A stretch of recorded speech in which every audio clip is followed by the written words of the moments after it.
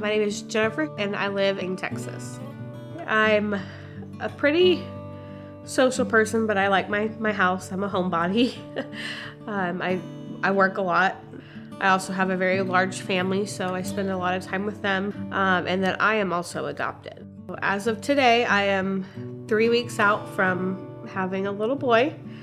So I found out I was pregnant pretty unexpectedly. I actually went in to have jaw surgery. The nurse came in and said that we could not do surgery that day, that they ran my urine sample twice and I was coming back positive for being pregnant. And I laughed. I thought she was joking. And then when I realized she wasn't joking, I told her there was no way that was possible. When I found out in the hospital I was pregnant, I did not take it very well. It was terrifying. I was with my mom. She was in the room with me when I found out, and the nurse told me. I don't think I could have done it without her now, looking back on it. I'm glad that she was actually in the room when I found out. You know, I know I want to be a mom, but right now was not when I was expecting to become a mom, especially in the situation that I was in. Matt was surprised. I was on birth control. I tried to go ahead and start making my own plans as if it was just going to be me. In the first place I started was Gladney, because that's where I was adopted through. So it was easy to go with the experience I already had. I reached out to Gladney.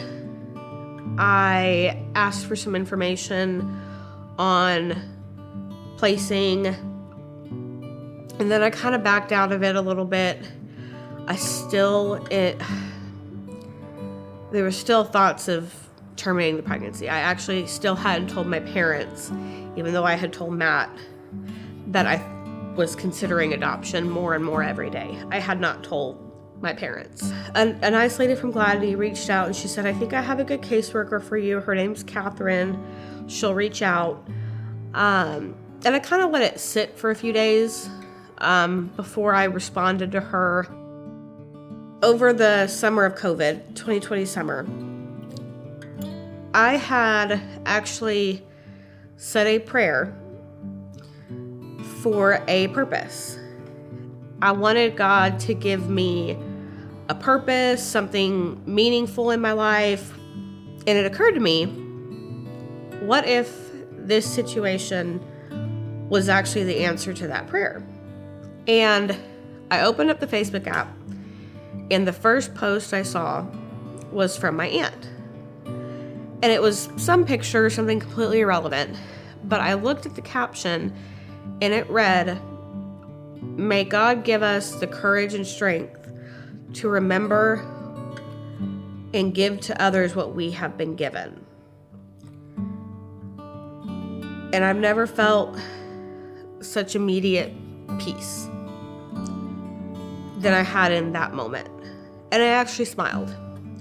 I remember smiling. I remember thinking, I don't know how you get any more clear than that. My biological mom was my exact age, on birth control, just went through a breakup when she found out she was pregnant with me. And if that isn't God telling you to give exactly what you've been given, which was my wonderful family. You know, Pam gave something to my parents that they couldn't have on their own.